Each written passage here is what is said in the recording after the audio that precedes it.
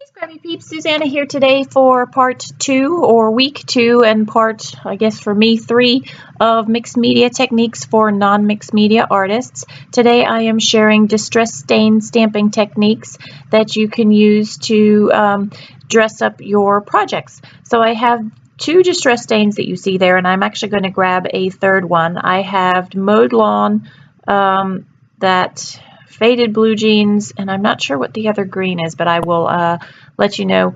And I am literally just stamping my stamp with these 3 different inks. These are Christmas trees, and there's snow falling around them. So I tried to get blue where the snow was falling, and then 2 different shades of green around the tree. And after I've got the ink on there, I'm going to then spray this with water to activate the ink to create a watercolor look effect, and then stamp that on the top of my page. And you can see how distress stains don't leave a very sharp image, but by taking a water brush and pulling the color from the outside of the stamp in, I am able to create a watercolor picture per se.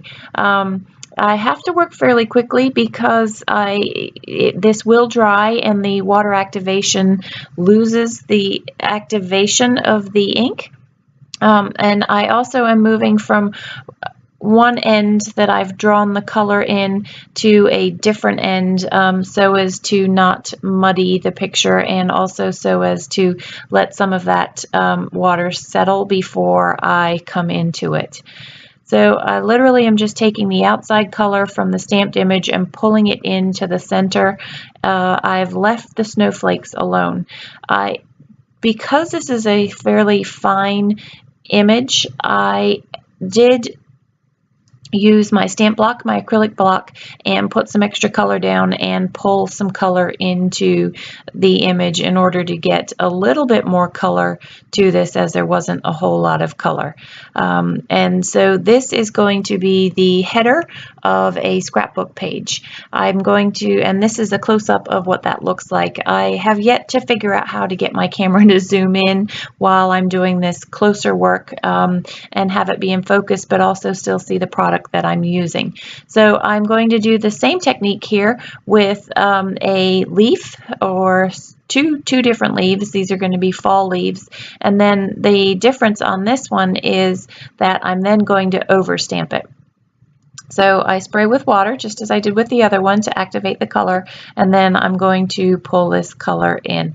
I don't need to use extra ink the way that I do, or stain, I should say, the way that I did for the other one. And this particular one, I remember to go every other leaf. You'll see in the next stamp that I do, so a different fall leaf, I forget to do that, and so the colors kind of all blend and you don't see the crisp stamped image. You do want that stamped image to dry just enough so that you still get the distinction of what you actually stamped. And so you can see the different colors here, the orange and the green, as well as the yellow.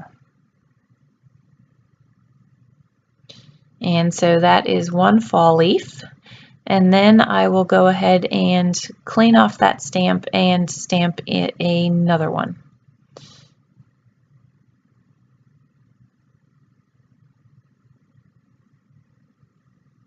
Actually, I did end up having to pick up some extra color, but it's not a whole lot of color actually that I pick up.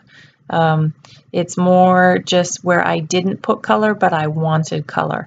And so that's the nice thing about these stains, is you can create watercolor and enhance the look. And just to use up the ink that I had left, I just used that as a splatter and splattered that over that stamped image.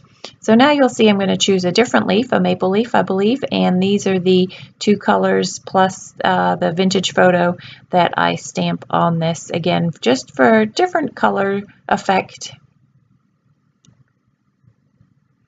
I suggest that you work with the lightest colors and then move to the darkest colors. So you'll see that I use that brown last.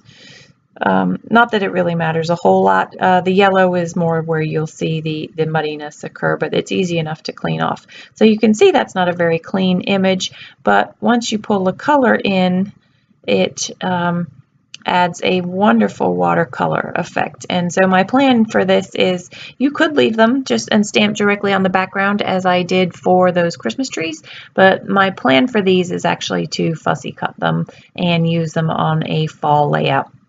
So I've let that dry, and now I have my VersaFine ink, and I am going to actually use the stamped image and stamp that, overstamp and offset it just a little bit, and you'll see the detail in the close-up at the end here.